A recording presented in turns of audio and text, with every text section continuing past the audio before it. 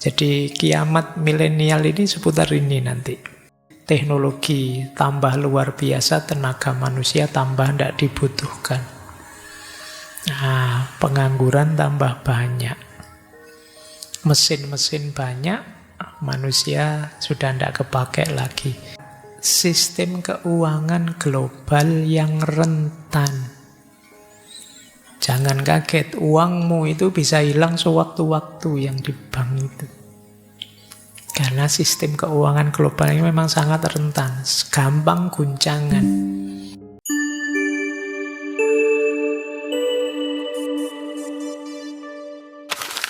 Assalamualaikum warahmatullahi wabarakatuh. Bismillahirrahmanirrahim. Alhamdulillahirabbil alamin. Wa bihi nasta'inu ala umurid dunya waddin. Allahumma sholli wa sallim wa barik ala habibina wa syafi'ina sayyidina wa maulana Muhammadin wa ala alihi wa ashabihi wa man tabi'ahum bi ihsanin ila yaumiddin. Amma ba'du.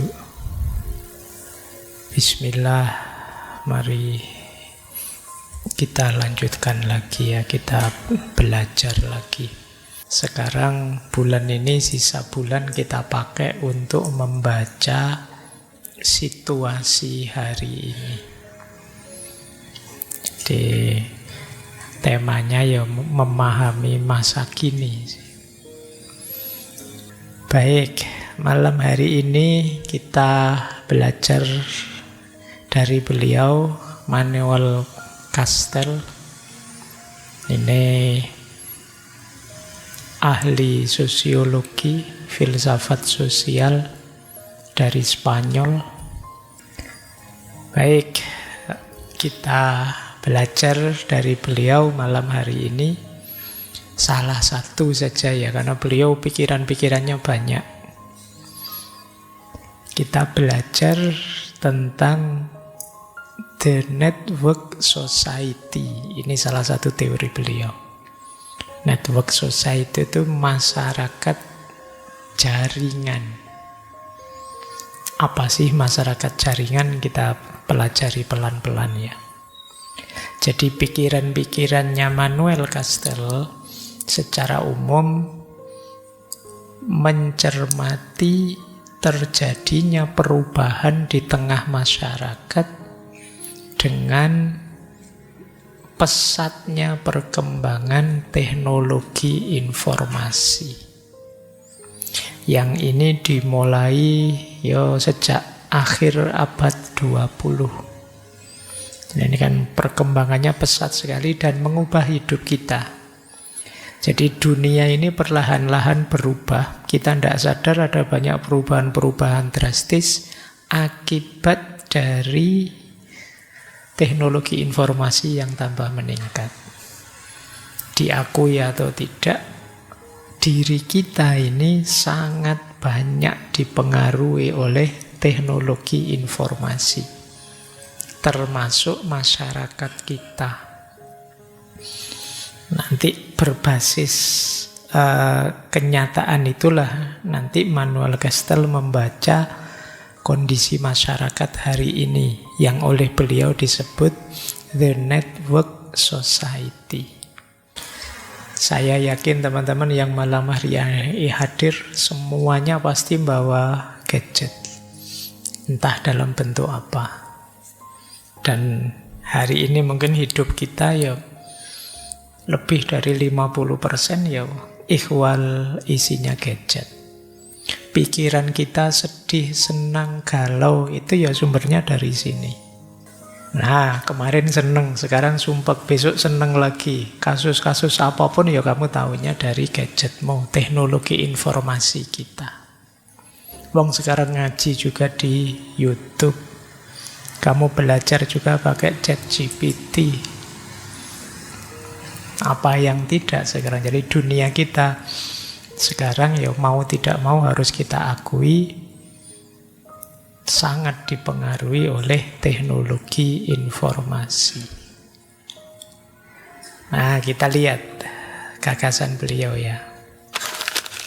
Awalnya ini dalam cermatan beliau. Masyarakat yang disebut masyarakat jaringan tadi. Jadi ini masyarakat yang berubah dari pola lama ke pola baru. Nanti ada banyak cirinya masyarakat jaringan itu. Tapi mulai muncul masyarakat jenis ini itu akhir abad 20. Berarti menjelang tahun 2000. Jadi 1980-an ke sini. Tulisan-tulisan beliau juga sekitar tahun 80-an ke belakang. Nah, ada 3 akarnya. Selain yang nomor 3 itu, yang nomor 3 kan revolusi teknologi informasi dan komunikasi. Itu tadi sudah kita jelaskan. Masih ada yang nomor 1.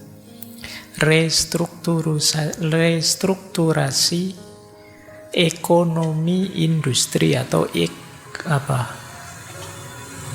industri ekonomi untuk mengakomodasi pendekatan pasar bebas atau pasar terbuka. Jadi belakangan kan di abad 19-20 trennya perdagangan itu ya bebas. Ekonomi itu sangat terbuka. Maka dilakukan inovasi-inovasi untuk mendukung keterbukaan dan kebebasan itu. Gimana saya biar bisa nyambung dengan luar pulau dengan mudah, luar negara dengan mudah, antar benua dengan mudah. Itu kan awalnya ini. Dibuka lebar-lebar, tapi kalau fasilitasnya tidak ada kan ya tidak ada gunanya. Maka orang mulai berinovasi, gimana caranya kita tetap nyambung. Jadi ini akarnya itu sih, terus muncul banyak inovasi macam-macam. Kalau zaman dulu ya, orang kalau ingin dagang ya naik kapal bisa berbulan-bulan antar negara. Tapi sekarang mau pesen apa-apa, kalian kan tinggal klik. Kalian bisa pesen dari luar negeri, kalian bisa pesen dari mana-mana, ya tinggal pencet saja. Dan ini memudahkan yang kita sebut sebagai pasar bebas. Dan itu memang inovasi dalam konteks itu, kata Manuel Castells. Nah, yang kedua, tren filsafat 60-an, 70-an, 80-an itu adalah tren liberalisme. Orang ingin bebas dari kungkungan jenis apapun. Termasuk kita kenalkan gerakan-gerakan feminisme, perjuangan HAM, dan yang sejenisnya banyak sudah. Jadi orientasi kebebasan. Saya mau apa saja yang sesuai yang saya inginkan. Jadi ini pemicu kedua. Nanti ada banyak penjelasan bagaimana betapa kita itu sangat bebas kalau sudah masuk ke ranah teknologi informasi. Jadi ini nanti mewarnai network society. Dan yang ketiga ya tadi, teknologi informasi dan komunikasi. Jadi akarnya ini awal mulanya. Diawali dari ekonomi terbuka bebas, kemudian semangat liberal, semangat ingin tidak terkungkung, melepaskan diri dari penjajahan jenis apa saja, terus revolusi industri komunikasi. Saya membayangkan, saya kelahiran 75. Zaman saya SMA masih model telepon yang diputer itu. Saya SMP sanawiyah itu ada tetangga yang punya telepon bukan yang angka yang diputer, tapi diputer terus, diputer gimana ya, manual kayak mobil zaman dulu itu ada puterannya di depan. Telepon juga begitu, terus manggil operatornya disuruh nyambungkan dengan siapa, nomor berapa. Tidak bisa langsung. Sampai kemudian ada telepon biasa yang dipencet dulu Zaman saya SMA sudah banyak wartel namanya. Mungkin teman-teman ngalami ya, yang usia-usia saya, kalau kalian tidak ngalami wartel. Dulu ada juga telepon umum di pinggir-pinggir jalan. Jadi zaman saya mahasiswa itu masih banyak telepon umum. Jadi kalau pacaran bawa koin sak tumpuk gitu. Karena satu koin paling durasinya berapa ngobrol. Kalau sekedar untuk say hello, Pak, anak-anak sehat, itu kan gampang. Tapi kalau untuk pacaran kan tidak cukup. Kamu kalau pacaran panjang itu. Jadi zaman dulu sering kamu lihat orang nelpon sambil di atasnya box telepon itu ada koin banyak sekali dimasukkan satu-satu. Itu yang ngantri di belakangnya misuh-misuh itu. Nah, tidak selesai-selesai kapan itu. Jadi dulu pengalamannya begitu. Terus ada yang nakal itu kan, terus koinnya dikasih kawat itu. Nah, jadi tidak perlu banyak-banyak. Begitu dimasukkan, ceret masuk, ditarik sama kawat, balik lagi. Dia bisa ngomong, habis lagi dimasukin lagi. Itu zaman itu. Sampai kemudian agak canggih sedikit ada namanya radio pager itu. Nah, biasanya dulu gaya orang punya itu ditaruh di sabuk biar semua orang tahu di luar. Kalau ada berita masuk itu dilihat itu. Zaman dulu itu pun sudah bangganya luar biasa. Baru kemudian ada HP itu kan, masih HP belum smartphone. Yang besarnya sak boto itu dulu. Dan mahal, awal mahal. Saya dulu punya nomor paling lama itu, nomor kuno itu harganya, padahal itu nomor bekas, 500-an ribu pada zamannya nomor itu. Padahal kamu sekarang beli nomor 5.000 mbok ceh-ceh, mbok buang-buang buat ngerjani orang. Kalau zaman dulu nomor itu sakral itu, ndak lebih mahal dari HP-nya dulu. Nah, berkembang sampai hari ini. Bayangkan berapa sih usia saya ngalami fase yang luar biasa. Terjadi revolusi demi revolusi. Ini gambaran yang menuju masyarakat seperti kita hari ini. Kita kadang merasa hebat, merasa luar biasa, tapi sebenarnya kita ini dipengaruhi oleh banyak informasi dari luar melalui gadget media sosial kita. Baik, nah salah satu saja karya dari Manuel Castells, ini trilogi 3 buku yang judulnya The Information Age, Economy, Society, and Culture. Buku ini 3 jilid. Jilid pertama yang kita bahas malam hari ini, The Rise of the Network Society, tahun 96. Yang kedua, The Power of Identity, tahun 97. Dan yang ketiga, End of Millennium, tahun 98. Masih banyak sih karya-karya beliau yang lain. Beliau di beberapa karya ada kecenderungan Marxis. Di beberapa karya yang lain memang sangat kuat di teknologi informasi. Baik, kita lihat sedikit-sedikit ya isi buku ini sebelum nanti kita fokus ke network society. Buku yang pertama ini nanti yang banyak kita bahas ya, The Rise of Network Society. Isinya secara umum adalah transformasi sosial, ekonomi, budaya karena perkembangan teknologi informasi dan komunikasi. Jadi masyarakat kita ini berubah mengiringi perkembangan teknologi informasi. Jadi ini dari buku The Rise of the Network Society. Nanti ini kita bahas agak panjang. Yang kedua, buku kedua, The Power of Identity. The Power of Identity itu bagaimana masyarakat dengan dukungan teknologi informasinya bisa mentransformasikan identitasnya sebagai kekuatan. Jadi kita itu kan di dunia maya, dunia digital, itu kan bebas bermain dengan identitas kita. Ya ada yang iseng, ada yang serius. Saya yakin sebagian besar yang malam hari ini hadir punya fake account. Wis, aku setengah yakin itu kalau lihat gelagatmu. Kayak di Twitter lah, di Instagram lah, kadang wah kita heran, ini kok ada ya orang sejahat ini, kalau ngomong senyelekit ini. Itu kadang-kadang kalau ketemu orangnya kamu kaget. Orangnya tidak begitu.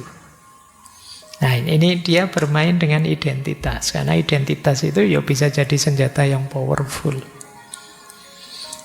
Nah ini ada di buku kedua, The Power of Identity, yang sekarang jadi senjata kita. Kalian bisa jadi orang soleh tiba-tiba ya di medsos.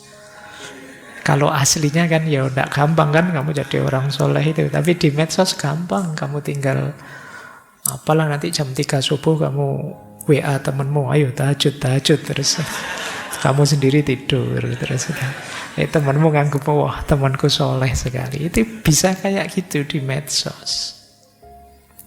Jadi the power of identity. Nanti kekuatan identitas dalam teknologi informasi ini oleh Manuel Castells, identitas dibagi 3. Ada namanya legitimizing identity. Kalau ini identitas resmi dari negara, dari orang tua, siapa nama kita, kita anak mana dan lain sebagainya, kita sebagai warga negara mana dan lain sebagainya. Ini legitimizing identity.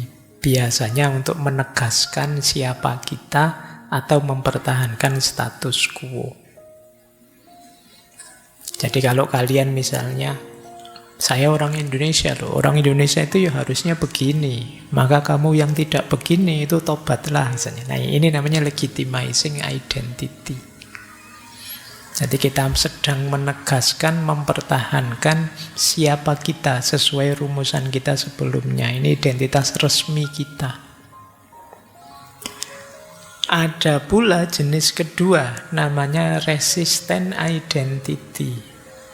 Resistant identity itu ketika identitas kita buat atau kita pakai untuk melawan.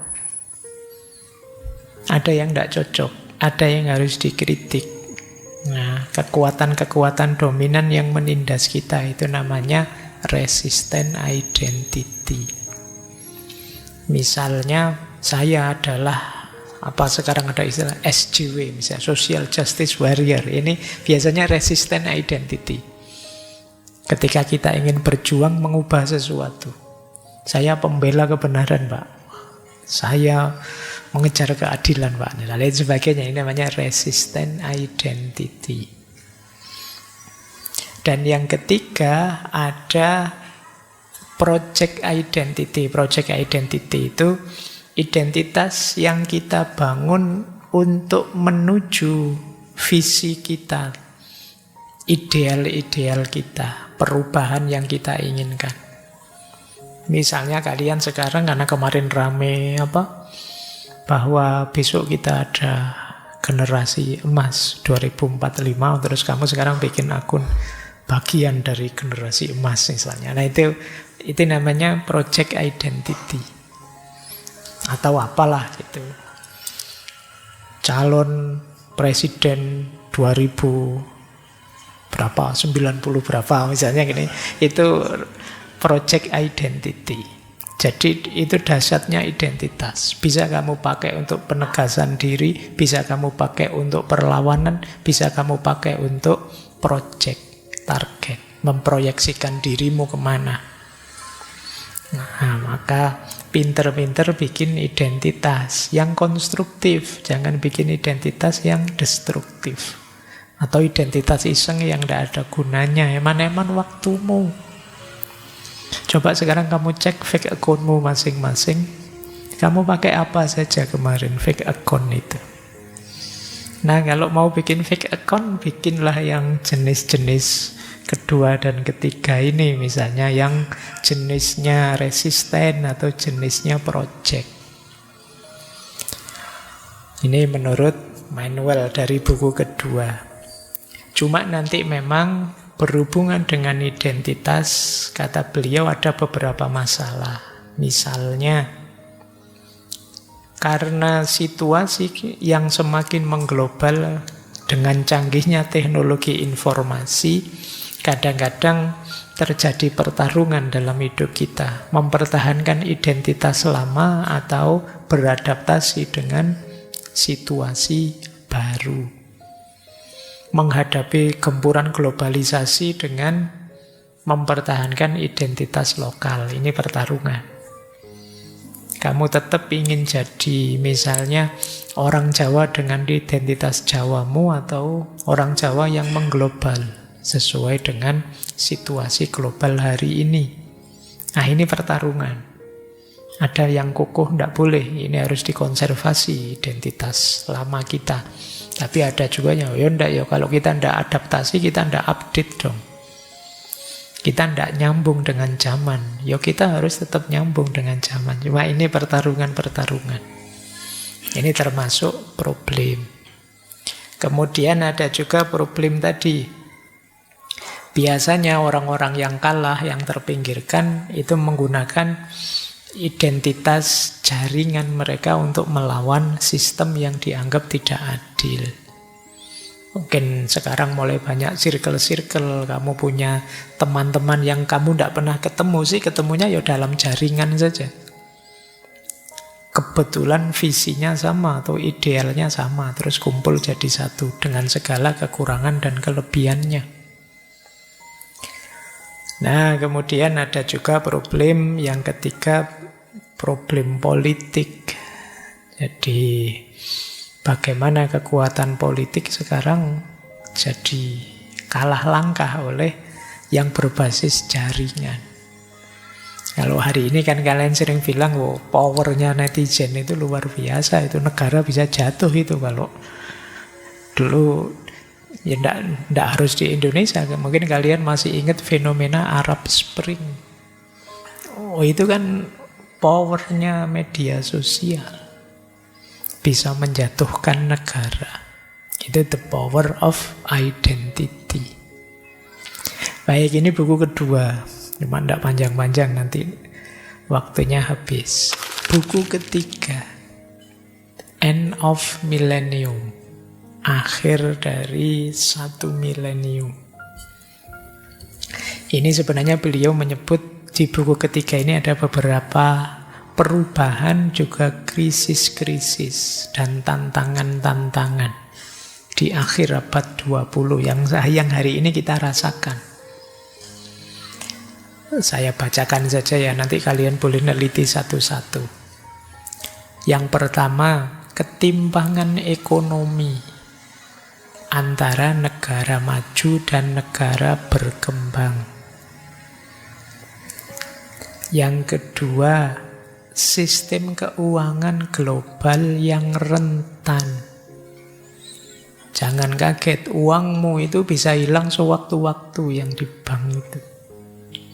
Karena sistem keuangan global ini memang sangat rentan, gampang guncangan. Apalagi ada istilah volatilitas pasar. Volatilitas itu harga yang dari berapa tiba-tiba bisa belok tajam jadi berapa. Harga yang tidak tentu ini. Jadi kita sering tidak sadar sebenarnya ini dunia yang sangat sumir, sangat rentan. Kalian mungkin senang punya uang banyak, wah tabungan saya banyak, itu tiba-tiba bisa saja terus drop sistem keuangannya, uangmu bisa hilang. Ya alhamdulillah kalian tidak punya tabungan banyak. Ya, patut disyukuri ya. Kuatirnya tidak banyak-banyak. Nah, kalau ada yang bilang, wah hati-hati loh, uangmu di bank bisa hilang. Tidak apa-apa, saya tidak punya uang di bank. Oke, tapi ini mengancam karena yo sendi hidup kita di dunia ini ya yang menopang itu sekarang. Baik, kemudian ini kemarin banyak kita jelaskan ya, eksploitasi sumber daya alam, ekologi. Jadi kiamat milenial ini seputar ini nanti. Kemudian marginalisasi dan eksklusi sosial. Orang-orang yang lemah, yang terpinggirkan, buruh, miskin kota, kata beliau, pengangguran struktural. Ini akan jadi bom waktu. Jadi apalagi teknologi tambah luar biasa, tenaga manusia tambah tidak dibutuhkan. Nah, pengangguran tambah banyak. Mesin-mesin banyak, manusia sudah tidak kepake lagi. Ngapain pakai manusia, mending pakai mesin saja, kan begitu. Mesin tidak pernah males-malesan, tidak pernah curang, tidak pernah gitu. Terus orang lebih milih mesin. Terus tenaga marginal, aspek marginal tambah kuat, dan ini mengancam. Kemudian ada lagi bangkitnya kriminalitas global. Narkoba, pencucian uang, perdagangan manusia, sekarang ada lagi judi online, game online, dan lain sebagainya. Itu kan kelasnya global semua. Jadi ini kriminalitas global mengancam kita. Jadi kiamat-kiamat kita titik-titiknya nanti di situ, kata Manuel. Kemudian jangan lupa politik identitas dan fundamentalisme. Tadi kan ada power of identity. Nah, itu nanti bisa meningkatnya politik berbasis identitas, termasuk agama. Kita kemarin kenal ada Islam radikal, Zionisme, fundamentalisme Kristen. Tambah kuat kenapa? Jaringan. Tidak perlu saya ketemu dengan yang di Israel, di Palestina, di Afghanistan. Tinggal pejet-pejet. Bisa ngobrol, bisa saling belajar, bisa saling mendukung. Ini juga ancaman. Kemudian gerakan-gerakan sosial. Kemudian semakin lemahnya peran negara. Jadi negara tetap kalah sama dunia jaringan tadi. Berapa kali kita di-hacker, berapa kali kita diancam. Kemarin ada beberapa kan lembaga negara yang kena hacker, terus ayo datamu tidak tak kembalikan, bayar dulu sekian. Ternyata negara ya lemah. Oke, jadi the end of millennium.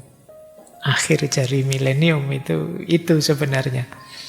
Jadi mungkin sebelum nanti kiamat beneran, gunung-gunung meletus atau tsunami atau apa, situasi sosial ini nanti kalau tidak hati-hati, yang jadi akhir hayatnya manusia. Chaos yang tidak terkendali. Baik, makanya tadi saya bilang ya, yuk direlatekan dengan hidup kita untuk kita hati-hati. Ya kemarin kita sudah belajar tasawuf, sudah belajar filsafat. Tapi kalau dunia sosial tidak sehat, kita juga akan kesulitan mewujudkan ideal-ideal hidup kita. Ayo sekarang kita cari solusi. Jadi itu tulisan-tulisannya Kestel memang membidik situasi hari ini. Nah sekarang harusnya bagaimana? Idealnya bagaimana, meskipun kita berhadapan dengan disrupsi-disrupsi dari teknologi informasi dan komunikasi. Yang pertama tentu saja jangan lupa mengupgrade kemampuan kita berliterasi digital. Yuk tambah pinter dalam memanfaatkan teknologi informasi dan komunikasi. Tambah pinter itu ya tambah canggih mengelolanya, tambah manfaat menggunakannya, tidak abai nilai dan norma-norma.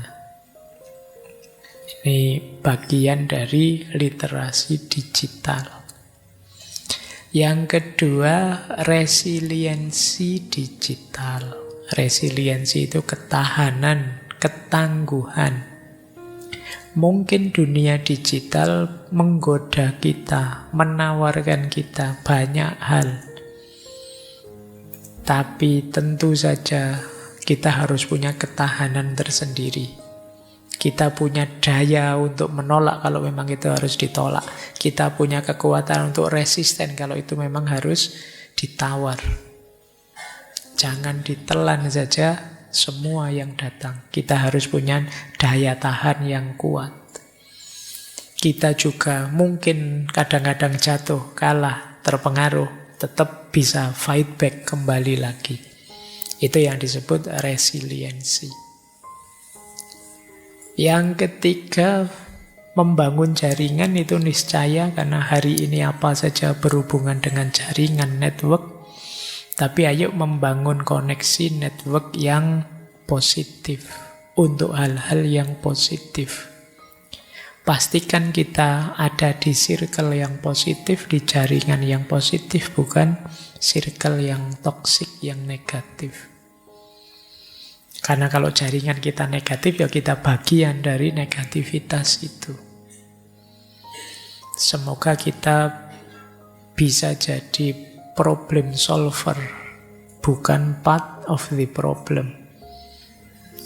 Jadi bukan kita. Sejak tadi itu kan mengeluh terus sejak awal. Semoga bukan tentang kita, tapi kitalah yang menemukan solusinya.